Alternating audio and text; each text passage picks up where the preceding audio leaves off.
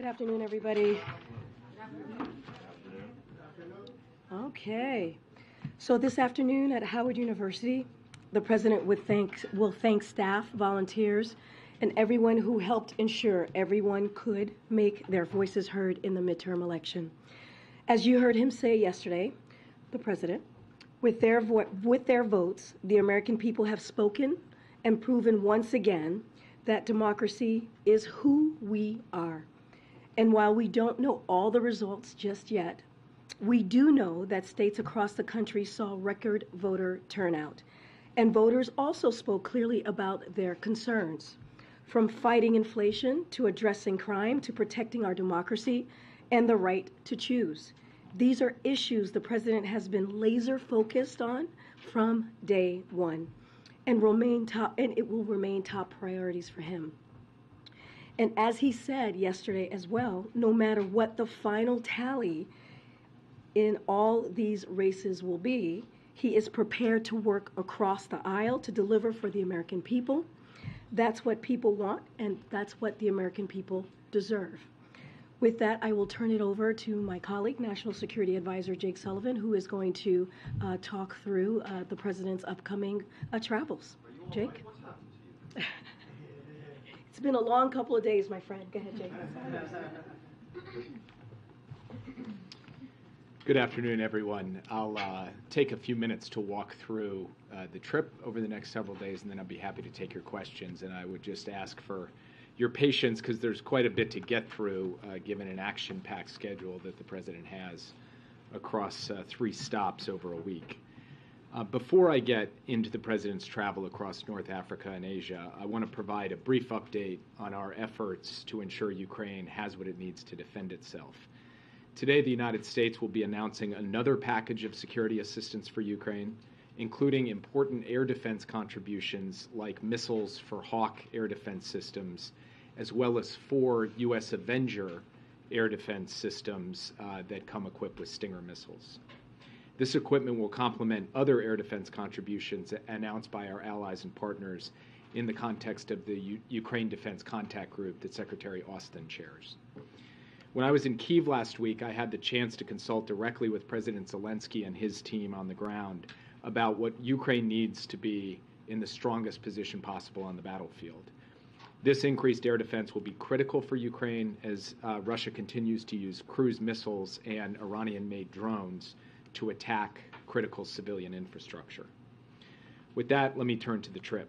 As you all know, tonight the president departs for Sharm el-Sheikh, Egypt, where tomorrow he will participate in the COP27 climate conference and hold a bilateral meeting with President el-Sisi. The president heads to COP27 with historic momentum on climate, thanks to the passage of the Inflation Reduction Act and other significant steps that put us on an enduring path towards meeting our ambitions and clean energy goals. While he's on the ground, he'll speak to his personal commitment to addressing the climate crisis. He'll highlight some of the progress the United States has made, both here at home and in rallying action on climate around the world. And he'll underscore the need to go further, faster, to help the most vulnerable communities build their resilience without losing sight of the need for the world and particularly for the major economies to cut emissions drastically in this decisive decade. While in Egypt, President Biden will also meet with President el-Sisi, as I mentioned, to discuss a number of critical regional and bilateral issues following on his visit to the Middle East earlier this year, where he also had an opportunity to sit with President el-Sisi. On Saturday, he'll arrive in Cambodia and attend the U.S.-ASEAN summit.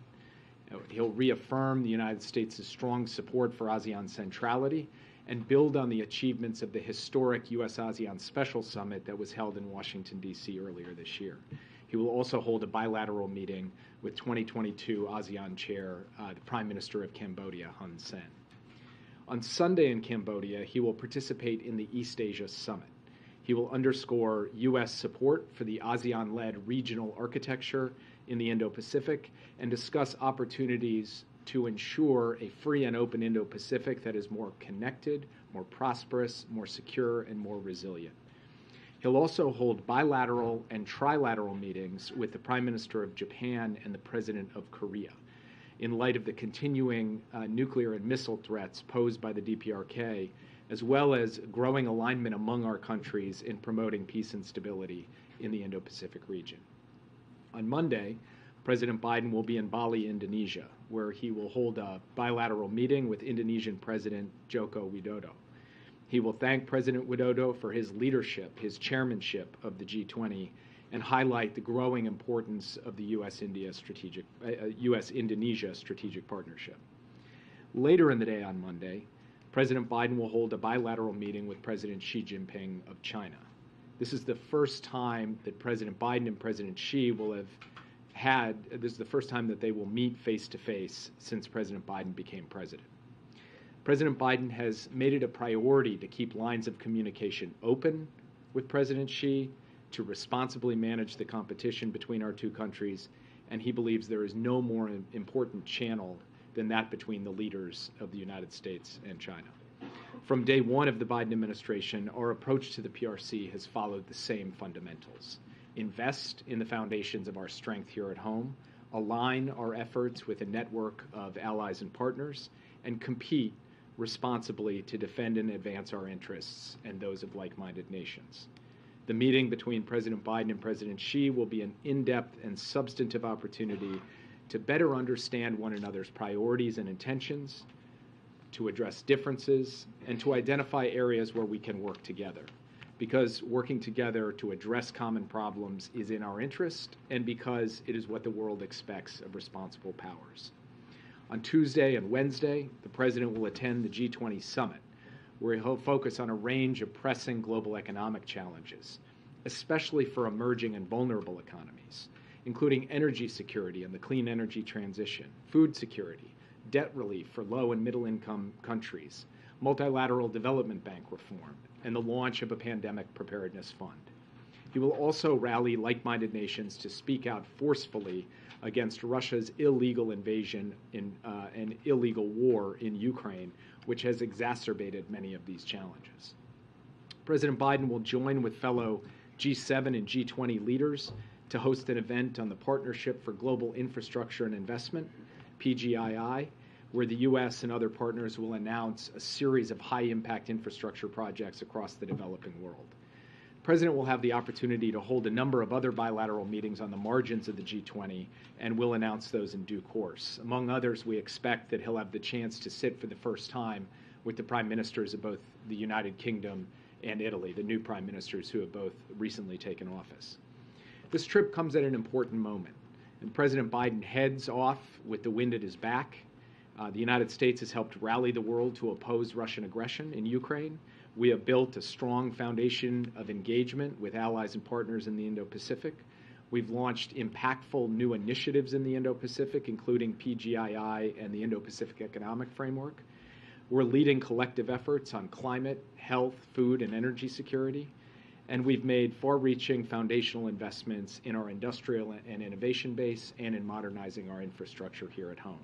So we believe that we are in a strong position to both navigate competition and to work with partners to solve the great challenges of our time. That's what President Biden intends to do on this trip, and thank you all for your patience, and look forward to answering your questions. Yes? Thanks, Jake. In the briefing we had earlier about the Xi meeting, there was a mention of some proposals on areas where there could be some collaboration. Was that specifically regarding tariffs and trade negotiations, and will there be any progress on that? I don't think you should look at this meeting as one in which there's going to be specific deliverables announced. Rather, the two leaders are going to give direction to their teams to work on a number of areas, both areas where we have differences and areas where we can work together.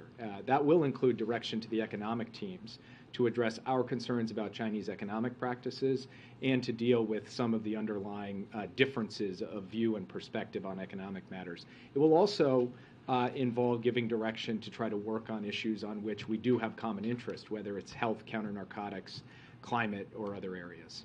Yeah. So, two-part question on the Asia trip. First off, what impact does the midterm elections have on the president's ability to deliver on American commitments overseas? And secondly, now that Xi is through the Congress in China, does that affect his willingness to work with the United States or embolden him to, conflict with the United States more? What impact do you think that could have? So first, when it comes to the president leaving after the results on Tuesday and the incoming results that continue to flow in, he feels very good about where things stand, and he feels like he is going out on this trip with the wind very much at his back. And that gives him an excellent opportunity both to deal with competitors from a strong position and to rally allies. And as far as the continuing support of the United States for critical foreign policy initiatives, the president was clear yesterday, and he will be very clear on the trip that there will be strong, enduring, unflagging, unwavering support for Ukraine in the face of Russia's aggression. There is a bipartisan basis and foundation to our approach to China, and he looks forward to working with both parties on that issue, whatever the final composition of the two houses of Congress are. But in general, he goes out on this trip feeling like the results from Tuesday show that the American people, are sending him out onto the world stage in a very strong position. China issue, what impact does Xi's new term into the Communist Congress, what impact does that have on their willingness to work with the U.S., do you think? That remains to be seen, and part of what the president is eager to determine is in a face-to-face meeting where for the first time since he's come into office, President Biden has come into the presidency, he will get to sit in the same room with Xi Jinping, be direct and straightforward with him as he always is, and expect the same in return from Xi, and then he can make his judgments on that basis about how to take things forward. That's why this meeting is extremely important. There just is no substitute for this kind of leader-to-leader communication in navigating and managing such a consequential relationship. Yeah. Jake, thanks so much for doing the briefing. I want to ask you about Brittany Griner and then President Putin more broadly, but she's been moved to a penal colony and apparently hasn't been seen for 6 days. What can you tell us about her condition? When is the last time that U.S. officials had any type of update on her condition? And what is your level of optimism that now that we are past the midterms, President Putin will be more potentially serious about negotiating her release? So I have to protect the confidentiality of our dealings with her family and some of our consular dealings with Russian officials, but I will tell you on a daily basis our embassy in Moscow is focused on ensuring that they are on top of Brittany Griner's condition, location, and how the Russian government is treating her. She is being held unjustly. She should be released immediately. We have made that clear to our Russian counterparts, and we have put forward a series of proposals over the last several months for how we could resolve her case as well as the case of Paul Whelan to bring them both home. So far, the Russians have not shown a willingness to engage in that back and forth to produce a result. As President Biden said yesterday, we are hopeful that we can renew that dialogue and find a way to get these cases resolved and to get both Brittany and Paul home. I can't handicap it. I can't give you any predictions. All I can tell you is President Biden is personally engaged on this. I am personally engaged on this. We are dealing with the Russians at very senior levels, and our diplomats on the ground are working overtime to ensure that they are staying in close touch with their Russian counterparts on her case. And I know President Biden got a version of this yesterday, but if you could just help us understand this moment right now and what it means, the fact that Russia has pulled out of Kherson, is the U.S. encouraging Ukraine to now start peace talks with Russia? Is there any sense that that might actually happen? And does it lower your concern or does it impact your concern at all about Putin's potential use of a nuclear weapon? So first, this is a significant military milestone for the Ukrainians if, in fact, it happens that Russia follows through and withdraws to the far side of the Dnieper River. Of course, we're going to watch actions and not just announcements to see what actually unfolds. But if this does come to pass, that will mean in the Battle of Kyiv, in the Battle of Kherson, in the Battle of Kharkiv, the Ukrainians will have prevailed against an invading, marauding force that conducted an illegal war in their country. But of course, it's not the end of the war, because Russia continues to occupy parts of Ukrainian territory.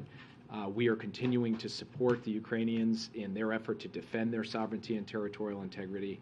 And as the president said yesterday, we're guided by a very simple principle: nothing about Ukraine without Ukraine. It is ultimately up to Ukraine to make determinations about its diplomatic course. It is our job to put them in the best position on the battlefield so that when and if there is an opportunity for diplomacy, they're in the best position at the bargaining table. I don't have anything to offer you today about the likelihood or the proximity of any kind of negotiations. Right now, what the Ukrainians are focused on is defending their critical infrastructure against these barbaric attacks that are killing civilians and harming the basic functioning of the economy, and trying to take their territory back. The United States is not pressuring Ukraine. We're not insisting on things with Ukraine. What we are doing is consulting as partners and showing our support, not just through public statements or moral support, but through the tangible physical support of the kind of military assistance I mentioned before. Yeah. Thank you, Jake. Just a quick follow-up on Kherson first. You said that you'd be watching actions instead of just hearing what they're saying. Do you have any indication that a withdrawal has actually started? We do see some indications of movement consistent with what the announcements were yesterday, but this is an involved operation. The Russians had flowed a significant number of forces and personnel into Kherson City and to the west side of the Dnieper River. So it's not the kind of thing you just snap your fingers and it's done. So we will want to see how it actually unfolds in the coming days before we make any judgments about whether the Russians are fully following through on the announcement they made, or whether they're going to choose to change course at some point. And we'll continue to stay in close touch with the Ukrainians on that as well. And to follow up on Kristen's questions about Griner, forgive me if I'm wrong, but I didn't hear whether you have a condition for her, a current condition, how she's doing since she's been transferred to the penal colony. Sorry, in the start of my answer to Kristen, what I said is to protect confidentiality. I'm not going to speak to her condition from the podium today. And one more question, unrelated, sorry. The president yesterday said that it should be, that the Elon Musk's acquisition of Twitter should be looked into as a potential threat to national security. Can you offer anything about why? And he also said there are many ways to look into that. How would you look into that? Well, you heard the president yesterday, and the CFIUS process is the normal process through which transactions that might have a national security nexus get reviewed, and I will defer to the CFIUS process rather than comment on it further from this podium. Thanks, Jake. The G20, would it be better if Putin was there? I mean, he's arguably the most consequential player on some of those big issues that are going to be discussed, food security and energy security. Well, you'll have to ask President Putin in the Kremlin why he's decided not to go, as it appears he has decided not to go. It's not really for me to comment on. What I can say is that President Biden is going to advance an affirmative agenda on all the issues that I laid out, and he'll do that regardless of who's sitting in the chair on the Russian side. On China, can you give an update on the kind of efforts that were launched before about a sustained dialogue on risk reduction, the strategic stability talks? Where do those stand? What has been the impediment to try to get those risk reduction talks going?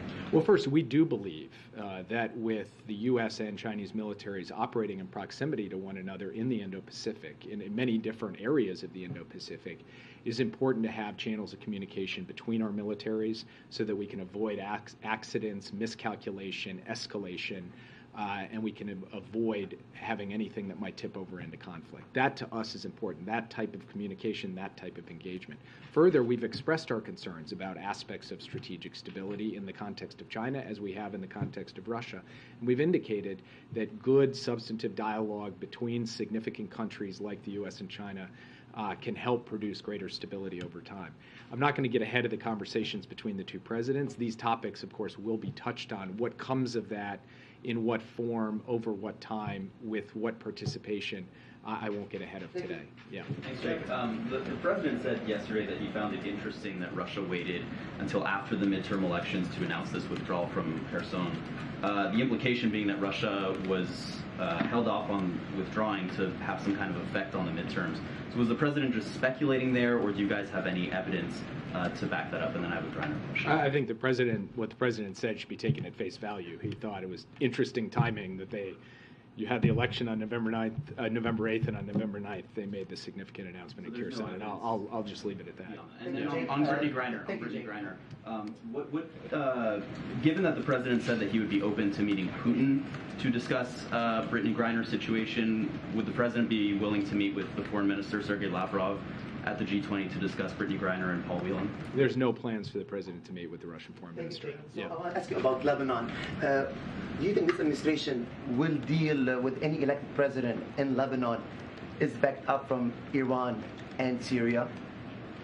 Well, I don't want to get ahead of, and make I don't want to make categorical statements because we'll have to see what comes out of the democratic process in Lebanon. What I will say is that the president did directly engage with President Aoun just a couple of weeks ago in the process of bringing to conclusion a historic and significant maritime agreement involving Israel and Lebanon. So we certainly believe it's in the United States' national security interest to have a relationship with the government of Lebanon because we think that that can help with regional security, with America's security, with Israel's security, and ultimately with the security and prosperity of the people of Lebanon. But I'm not going to respond to hypotheticals about a president who doesn't yet exist. One more question. Hezbollah has been obstructing justice regarding the investigation of the Beirut explosion and its allies as well. What this administration is doing to push that forward? We have over 226 victims, and no one really revealed any truth about this big tragedy.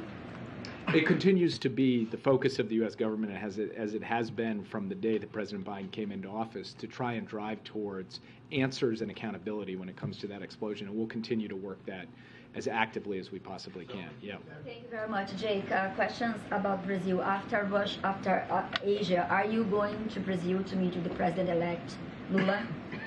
So we haven't finalized plans, but I have been in touch with senior members of the president-elect's team because we want to be able to coordinate very closely with them.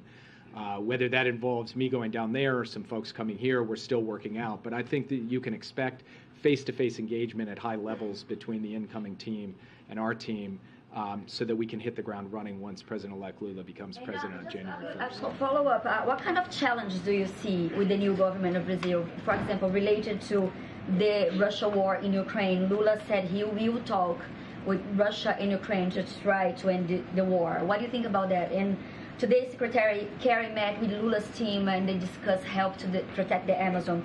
What kind of assistance is the United States considering?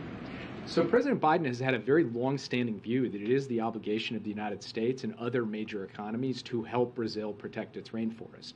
The same goes for other countries with significant rainforests like Indonesia. And so he's going to look for an early opportunity to sit with the incoming president who has expressed a real commitment and motivation to protect the Amazon and talk about a variety of forms of assistance we can give.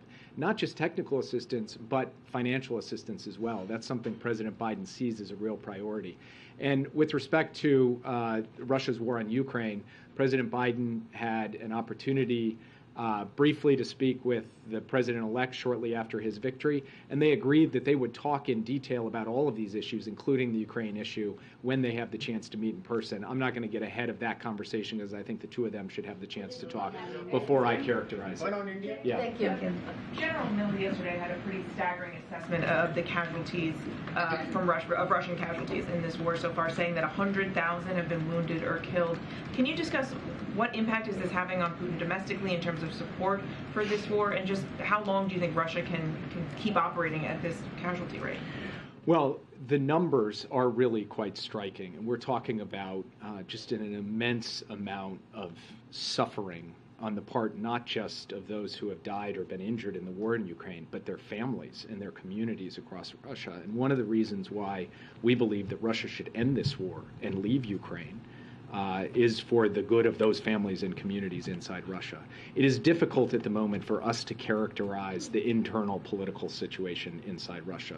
For one thing, you've got the tight control of the Kremlin on the communications apparatus and on the political apparatus in that country. For another, all of us in this room see surprises in our own domestic political context, so trying to be effective armchair analysts of another country's political process is something we should have significant humility about.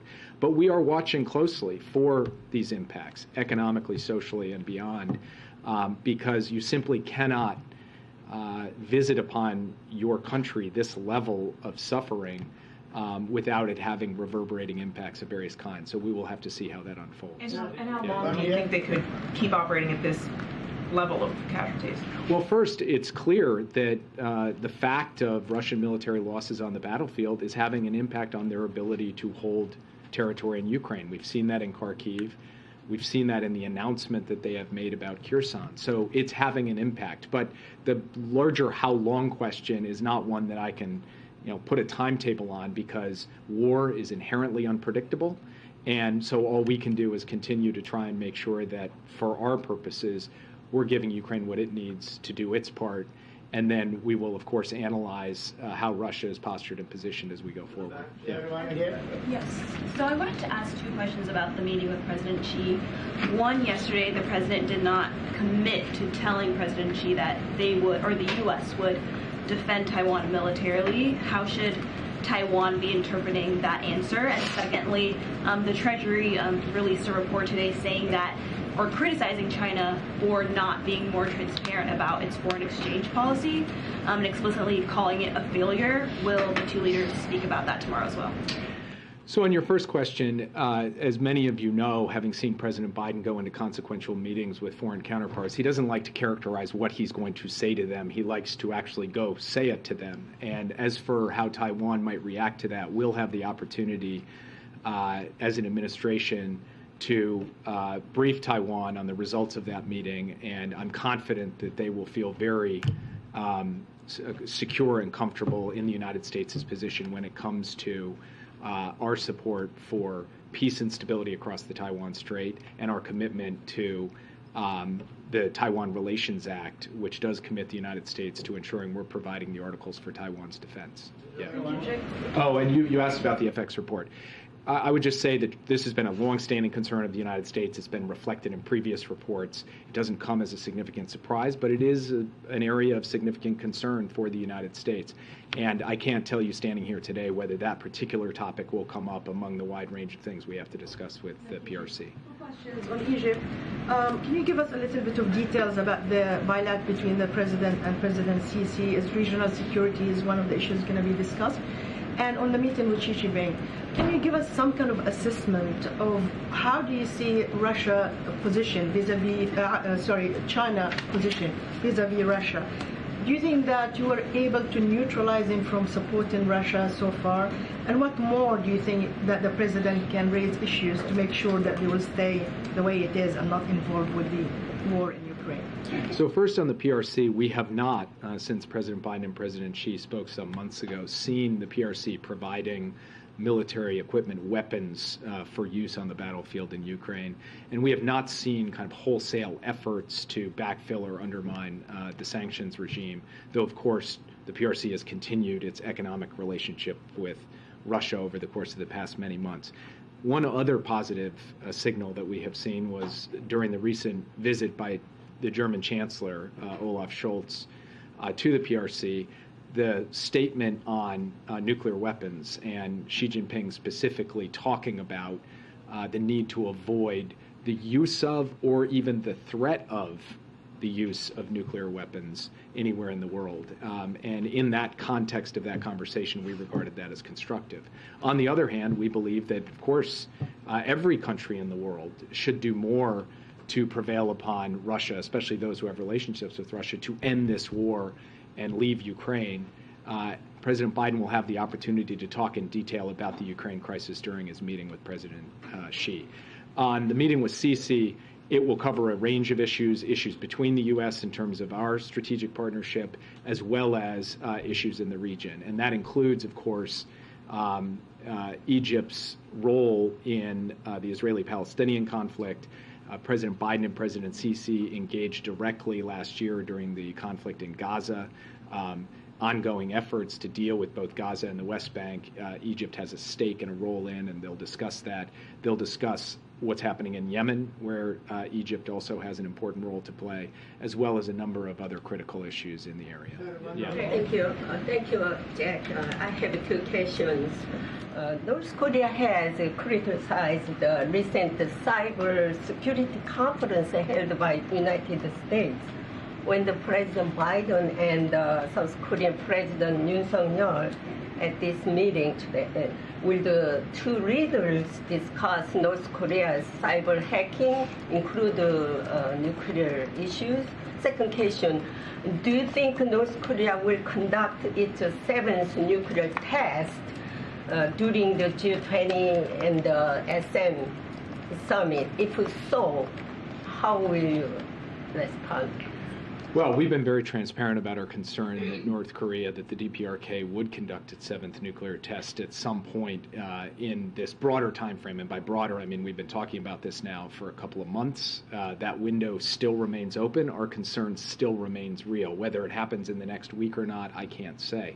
We are also concerned about further potential long-range missile tests in addition to the possibility of a nuclear test. And so we'll be watching carefully for both of those. We are in very tight coordination with both the ROK and Japan, and the trilateral meeting that the three leaders will be able to have on the margins of the East Asia Summit, I think will be a significant milestone in the trilateral relationship and will help only strengthen coordination on DPRK. Yes, I do think that the broader threat posed by North Korea in the cyber domain will be a topic of conversation between the President of the ROK and the President of the United States. On India, and then I'll do one more. Thank you very much, sir. My question is on U.S.-India relations. President Biden has good relations with many global leaders around the globe. They can pick up the phone and call to each other. He has similar relations with the Prime Minister of India, Narendra Modi. And second part of the question is, if President Biden is visiting India anytime soon, because 1.3 billion people are waiting to welcome him, and at the same time, if Prime Minister Modi is visiting the White House. Thank you, sir. So first, India is the president of the G20 next year. So President Biden certainly will intend to be a participant in that G20. I don't have anything to announce about visits prior to that to India or visits to the White House, but I would point out Prime Minister Modi has already been to the White House since President Biden took office, and the two of them have had the opportunity to meet in person multiple times and to talk by phone multiple times and to talk on video multiple times. When you add all that up, it is a productive, very practical relationship between these two leaders who see common interests on a number of critical issues and have really worked together to strengthen the U.S.-India partnership. And President Biden is looking forward to seeing Prime Minister Modi at the G20 this year as well as we look ahead to next year. And I'll do the last question. Thank you, Jake. Two quick questions. One, you mentioned sort of a robust agenda for Biden in his bilat with Sisi. Does he intend, though, to bring up human rights and specifically call for the release of jailed activist Alaa El-Fatah? Is that part of his agenda with Sisi? So, as President Biden, I think, has said to many of you, he feels you're not the American president. You're not really doing your job as American president if you're not raising issues of human rights. So you can expect that he will raise human rights issues in that meeting, as he will with other leaders that he encounters at the G20. On the particular case of Alaa Abdel Fattah, we have been in high-level communication with the Egyptian government on this case. We have deep concern about it. We would like to see him freed. We have had discussions through very senior channels, and I think you can expect that those conversations will continue on the ground in Sharm el-Sheikh when we get there. Thank you. Okay. Just real quick on Xi Jinping and the meeting there. President Biden has obviously met with him many times in the past. Some of the success of those meetings was seen to be a little bit of open-ended and sometimes informalities. This will be different, but is there anything that you guys are doing to try to recreate those sort of more informal exchanges that the two of them had, or is it sort of a meeting set up with many people alongside each side of the table that makes those types of informal discussions more difficult? So the current setup of the meeting is one in which each of them will meet alongside their teams, but even in instances on video conferences where each leader has had their team with them, the hallmark of their engagement, no matter who's in the room, is one where they don't just read talking points, they don't just kind of march methodically through each of their scripts. They actually do have a robust back and forth, and it's on the bigger picture. Where is this relationship headed? Where is the PRC headed? Where is the U.S. headed? And especially at this moment, as the president comes out of these midterms, as Xi Jinping comes out of the 20th Party Congress, that bigger picture conversation is probably the most important element of this meeting. That's what the president has on his mind going in. And I think for that reason, it is going to be an important and, in my view, highly constructive contribution to how we manage this relationship going forward. Sorry, guys. Okay. Gonna do another like 15 minutes. Chris, you want to kick us off? Sure. A question about cryptocurrencies. I interest the administration in seeing those things crash, and should regulators be taking a harder look at these things to protect investors at this point? So I'm not able to comment on it, on what specific actions independent regulators should or should not take on this particular issue. But what I can say is the administration is aware of the recent developments on this, and we'll just continue to monitor the situation. Should the administration do legislation, new things that should be done to protect people? So look, the administration, as you know, Chris, has consistently maintained that without proper oversight, cryptocurrencies, it risks harming everyday Americans. So this is something that clearly we monitor and that we see as an important issue. But the most recent news further underscores these concerns and highlights why prudent regulation of cryptocurrencies is indeed needed. The White House, along with the relevant agencies, will again closely monitor the situation as it develops. Just a quick follow-up on foreign policy first. Kevin McCarthy has said that he would love to lead a congressional delegation to Taiwan. I'm just curious if you would discourage him from doing that if he becomes speaker. That's not something I'm going to speak to about. As you know, when you all were asking us about the speaker's travel, we did not comment about her travel. We're certainly not going to do that with Kevin McCarthy. Just on the CPI statement this morning from the president, most of the increase that we saw in inflation last month was due to rising costs for shelter. President Biden's statement didn't mention that. What is the administration doing to contain the rampant run-up in rents right now? Of shelter specifically? So I don't have anything right now to share with you on that specific piece of the data. As you know, the report, the way that we saw it, and as the president says, it shows that we are making progress, which is important as we talk about CPI, on bringing inflation down. As you know, inflation has been a number one top priority when it comes to the economy, those lowering costs for the American people. And so without giving up all of our progress clearly that we have made with the economy, when we look at the labor market, the job creation. So the President Economic Plan, as we know, as we see it right now, because of this data and many other pieces of data that we have seen, we are seeing some strength, and it continues to grow. And we are put in a situation to manage our economy through these global challenges. So again, we think that the data that we saw with CPI is a step forward. The president clearly is going to continue to do the work to bring down cost for the American people. We've talked about the gas prices and also Inflation Reduction Act, so that will continue to be. But that particular piece of the data, I don't have anything to share with you on that. Go ahead. Thanks, Karine. President Biden yesterday drew some red lines on issues where he will not compromise with Republicans: Medicare, Social Security, a national abortion ban. He also did say that he would be willing to compromise with Republicans on some other issues, but he didn't say which ones specifically. So what are the areas where you guys do see room for compromise with Republicans? So as you know, all the results are not in yet, so don't want to get ahead of that. And we'll have a better sense, hopefully in the next couple of days, if not the next couple of weeks, of what the complexion of the Congress is going to look like. I think what the president was trying to say is that the American people made themselves very clear.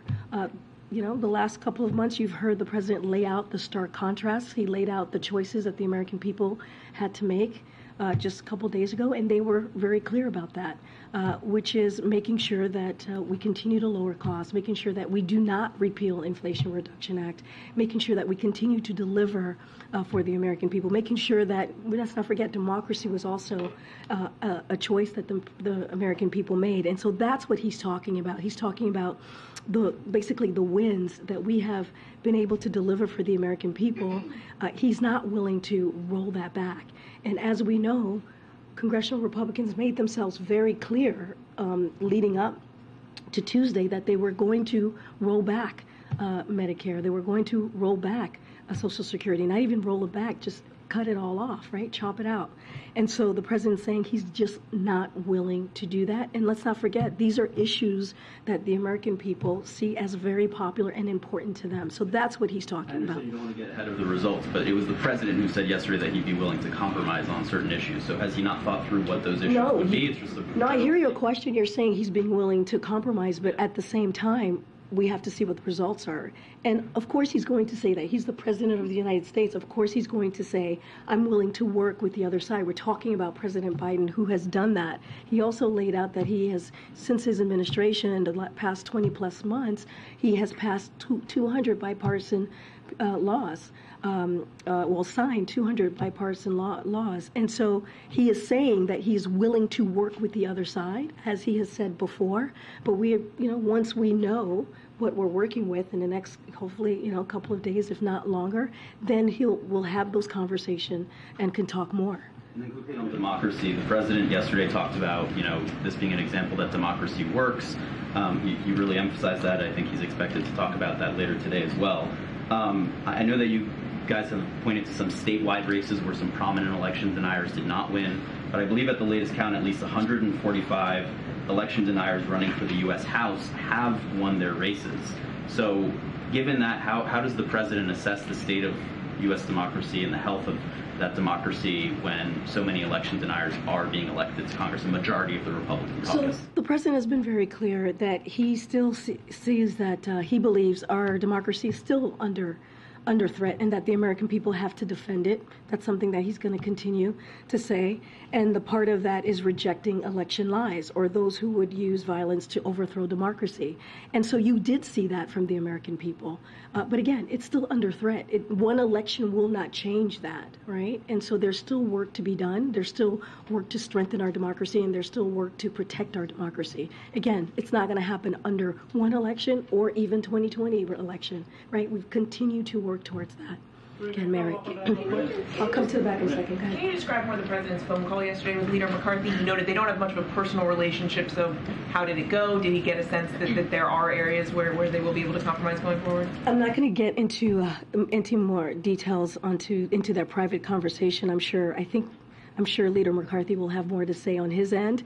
But look, I think the way to look at the conversation and the president speaking with Kevin McCarthy is that he is willing, as he said yesterday, to work with folks on the other side of the aisle, as he has in the past.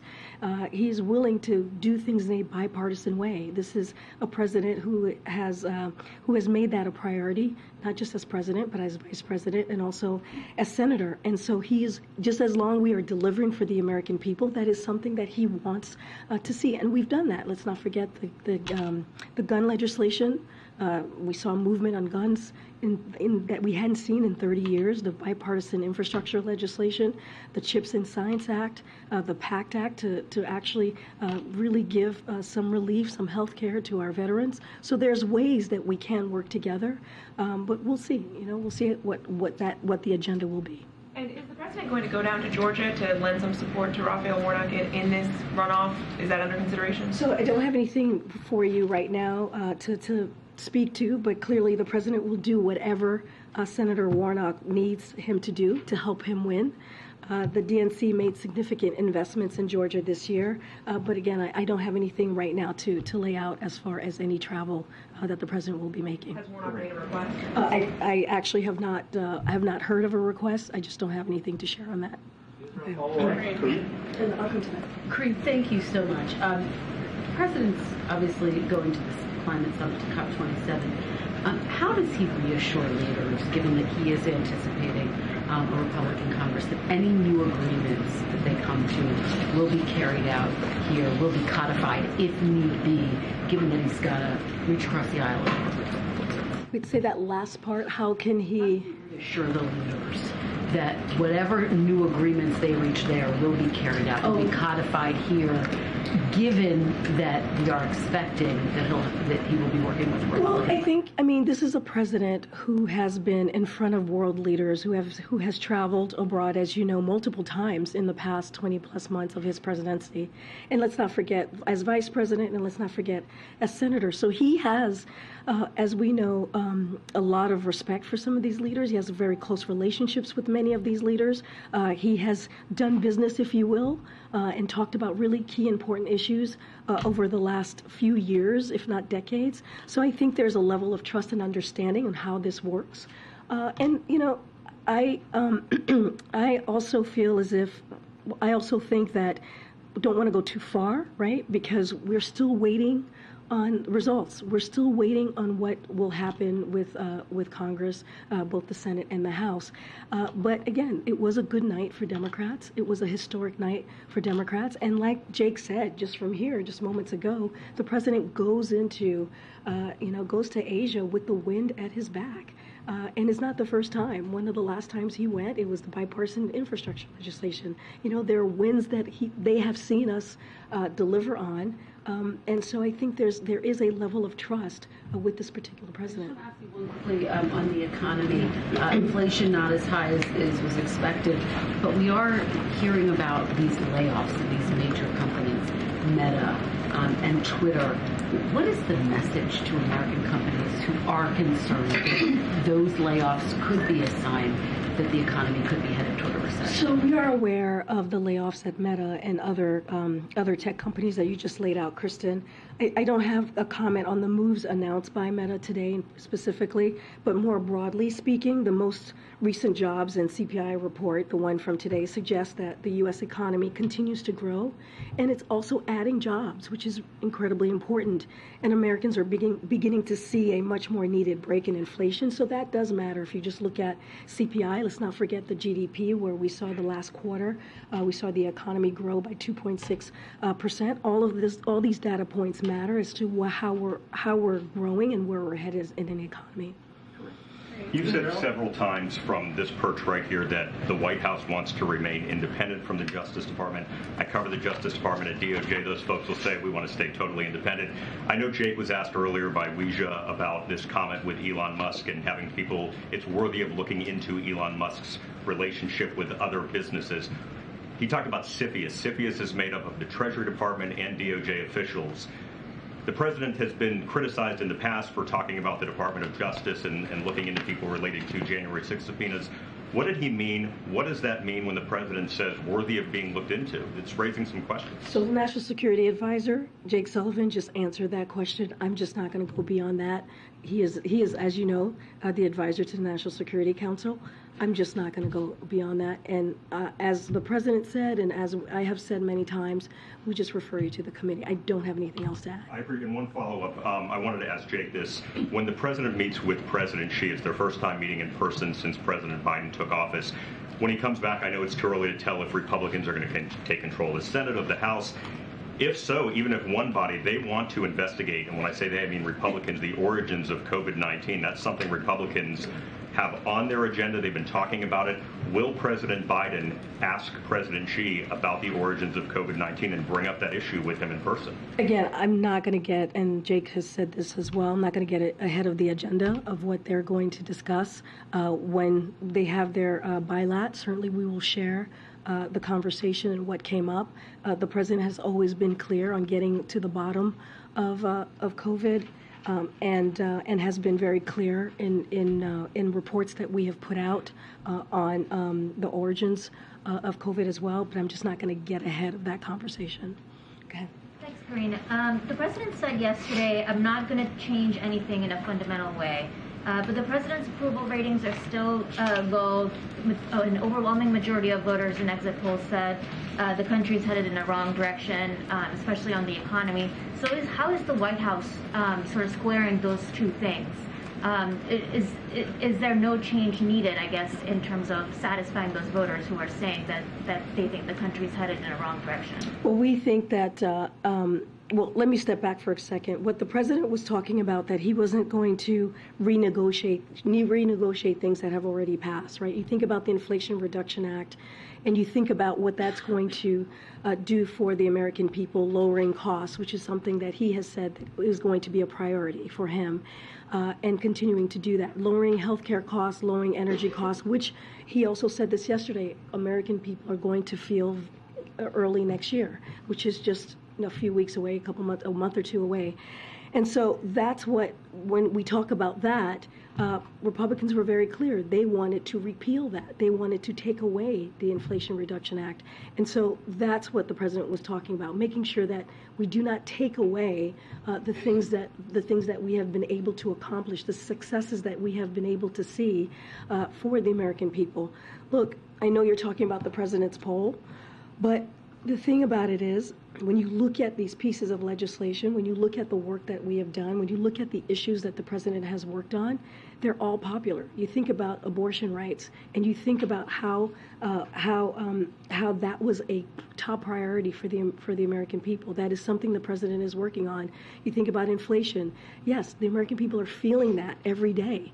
But the president has also worked on these issues, and those are the things he's not going to stop on. Those are the things he's not going to pull back on, trying to lower gas prices as another example of the things that he's done. Thanks, Karine. Prior to the election, the president said that he would send a bill that would codify Roe v. Wade to Congress if Democrats gain 2 seats. At best, he may only gain 1 seat in the Senate. So is it still his intention to send a bill to codify it? So I'll say this. What's clear in this week's election, what we saw on Tuesday, is that Americans don't want to see a constitutional right that they had for 50 years taken away. They made that very clear. We saw that in California, Vermont, Michigan, when they enshrined abortion rights in their own state from voters. We saw in Montana and Kentucky where they rejected measures that would have restricted access to reproductive care. So they made their voices very, very clear. They want to see their access to reproductive care protected, and they want to see Roe codified. And we're going to do everything that we can to make that happen from here. Again, we have to see what the results are. I know that you just laid out that we potentially could have the Senate by 1, but we just have to see what the complexion of Congress is going to look like, and then we'll move forward from there. Is there anything else that the president thinks he can do if there is only 1 seat in the Senate? Codifying Roe would be difficult, so is there anything else to ensure abortion access? Well, look, the president has certainly taken actions from the federal government with the HHS agency and Department of Justice. We've laid out executive actions that the president has taken. We're always looking to see what else we can do. But again, I mean, the president has always been very clear. In order to really make sure that we protect women's rights, we have to take action on the legislative level, and he's going to do everything that he can. Let's not forget, people have said he wasn't going to get the bipartisan infrastructure legislation done. He got it done. People didn't think he was going to get the CHIPS and Science Act done. We got it done. People didn't think we were going to get the guns legislation done in a bipartisan way. We got that done. That was after the last time that we were able to do that was 30 years ago. So we have been able to get things done, and that's because of this president's leadership. So again, we're going to continue to focus on that and make sure that we actually, deliver for what the American people want from us. Can I ask specifically about an area of compromise that has interest from different groups? Does the president see marriage equality as a potential where that he and the Democrats can work together with Republicans? So again, not going to get ahead of what what the next couple of weeks are going to look like as far as an agenda. Clearly, marriage equality is something that's important to the president. He has been a leader and a strong ally for the LGBTQ plus community, and he has spoken to the importance of moving that piece of legislation forward. And so, of course, we're going to continue to work on that, but I'm not going to get ahead of what our agenda is going to look like before we actually know what the Congress is going to be. Thanks, Karine. Given the underperformance of candidates who were backed by the former President Trump, what does President Biden believe that says about Trump's standing in the Republican Party? So meaning like basically the candidates that he put forward? Correct. So, and the president has said this, you heard him say this many times over especially the last several weeks, is that the election was a choice and not a referendum, as the president said, again, throughout the fall. So Republican candidates said their top priority was undoing Inflation Reduction Act, which would raise prescription drugs, which would raise energy costs, and also healthcare costs. And so they were very clear on how they were going to lay out ways that it would hurt the economy, worsen inflation. And so Democrats ran on an agenda that was going to deliver for the American people. We believe that choice was very, very clear was made very clear for the American people. And what we saw was that the American people rejected the MAGA extremism and a vote for democracy as well. And so I can't speak to what the the candidates or what Republican Party feel about their leader, but what I can speak to is what we ran on and what we laid out and what we heard from the American people of what was important to them and what we can speak to with what congressional Republicans were trying to do, which is take us back, which is take away people's rights, and the American people responded. But I mean specifically Trump-backed Republicans. Does the president think that their losses show that he is losing power within the GOP? Look, I can't speak to the support that he has or doesn't have. What I could speak to, and as you're asking me about the particular the folks that he backed, they were extreme, right? They were MAGA extremists. And that's what I mean, right? They were people who wanted to take away our freedoms, take away our rights, as we talk about abortion and codifying Roe. There were folks who wanted to just pull back and take away the Inflation Reduction Act, actually take that away, something that was incredibly historic.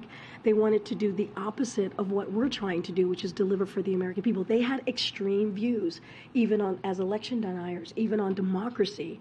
You heard the president deliver very strong remarks on democracy not too long ago. And so he laid that out, what we were seeing from these particular extreme candidates, and that's what we can speak to, and I think that's what the American people decided on, and that's the stark differences that the American public saw. And one quick one on China that I meant to ask Jake, but I didn't want to ask him 4 questions. So on that briefing call, an administration official said that one of the main objectives is to deepen their understanding of each other's priorities, with a goal of reducing misunderstanding and misperceptions. What do you think are some misconceptions, misperceptions, misunderstandings that China has about the U.S.? So look, I don't want to get into deep specifics. I think you guys have followed the relationship between the two leaders over the last 20 plus months. Look, I think what's important to note is that, and you've heard us say this too, the president really think it's important to have that face-to-face, leader-to-leader conversation, and the president and Xi has spoken, I think, about 5 times, which we've all read out to you when they have spoken, and this will be the first time they'll be in person. And we believe, the president believes it is critical to build a floor for the relationship and ensure that there are rules of the road that bound our competition. But building a floor is not just about that. It's also ensuring that we also are working together on areas where our interests align, especially transnational challenges that affect the international community. So there are a lot of things that I think that they are going to discuss. This will be, again, their first meeting in person, but don't want to characterize that meeting too much because I want to make sure that the two leaders, the President and President Xi, have an opportunity to have a really in-depth conversation and talk about the interests that matter to both of them. Karine, if you could just talk a bit about the lame duck Congress session right now. Beyond the must-do items that Congress has to do, like funding the government, what are some of the top items on the wish list right now for the administration that you want to do while you still have the House and the Senate? So look, the President is looking forward to talking to both Democrats and Republicans once those results are in. Of course, the President believes we should get keep the government funded, right? That's going to be an important priority, including what we need to respond to disasters, continue to defend democracy in Ukraine, as you heard from Jake talk about our commitment to Ukraine, and fight new COVID variants. So those are the things clearly that are a priority for this President, and we should pass the overdue marriage equality bill, as I was just asked just seconds ago, pass the Electoral Reform Act and the Defense Authorization Bill as well, which should include Senator Manchin's permitting bill. And we need to finish confirming the judicial nominations he made earlier this year. So those are the things that we believe that's important to work on.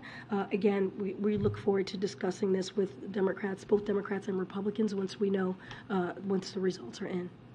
Something big on the debt ceiling, as some Democrats are calling for right now. So look, it's premature to say what the complexion of the House is going to look like, but the President is looking forward to having those discussions.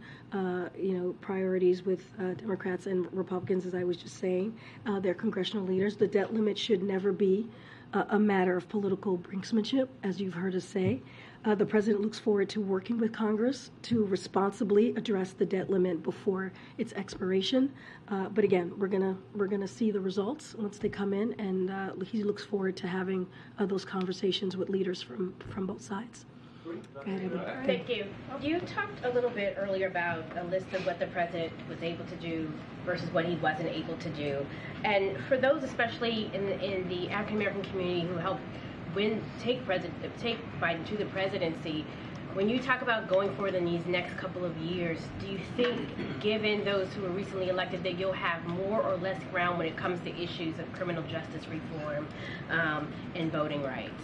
So, as you know, when it comes to those two issues, voting rights, criminal justice reform, that is something that the President sees as a priority. And when it comes to the Black community, the President has seen their issues as a priority as well, right? I think if you think about everything that the President has done, you think about the bipartisan infrastructure legislation, you think about the American Rescue Plan, you think about Chips and Science Act, you think about the Inflation Reduction Act, all of those pieces of legislation that are now law had what we believe equity at the center of it, right? The President says all the time he wants to build an economy from the bottom up and the middle out because he does not want to leave anyone behind. He wants to make sure, if you think about the American Rescue Plan, he wants to make sure that people are able, when he put that forward, that people were able to hold on to their homes, that people were able to start small businesses, investing in HBCUs and education. You think about the student loan debt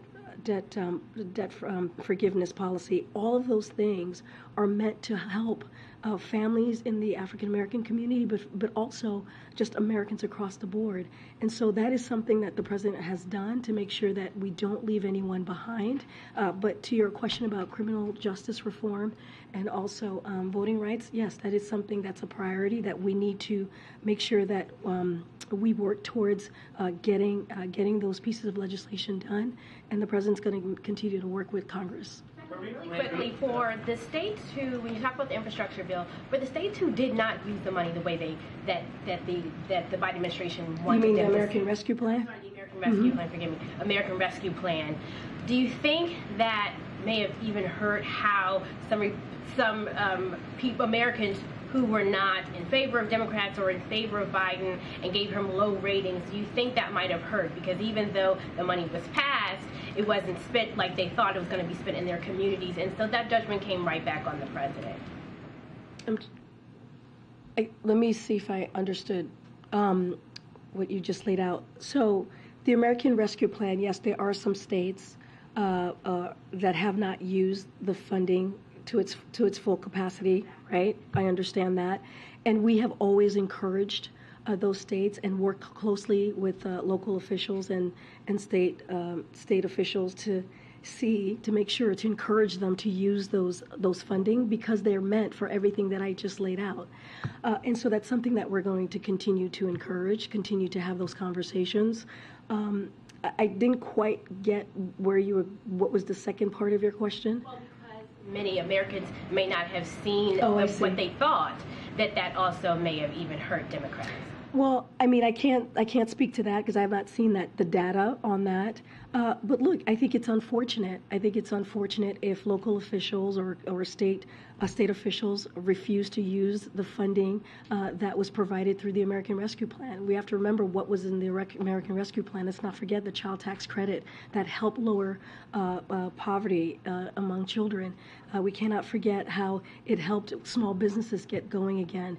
We cannot forget how it helped open schools.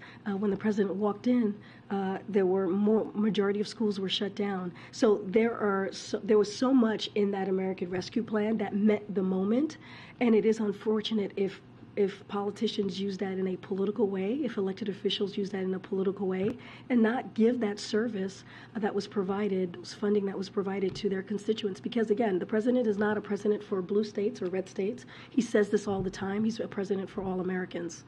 I'm going to take one more. I'm going to take one last question. Karine, you said you'll get back to the question. What did you call on? Me? Yeah. Whom exactly Jake has been talking to at Kremlin during the last month, and what exactly was the aim of these talks? Was it avoiding escalation, or maybe mutual interest recognition? And or maybe are these talks aimed to lead to something more, for example, to negotiations? So look, I think you're talking about when Jake was the reporting. Yeah. So I think you're talking about the negotiations that people are saying, right, that has been reported. So, people claim a lot of things about the conversations that United States has. I don't have any specific conversations to read out to you at this time. And, but, we reserve the right to speak directly at senior levels, as you have heard Jake say just moments ago, about issues that concern the United States.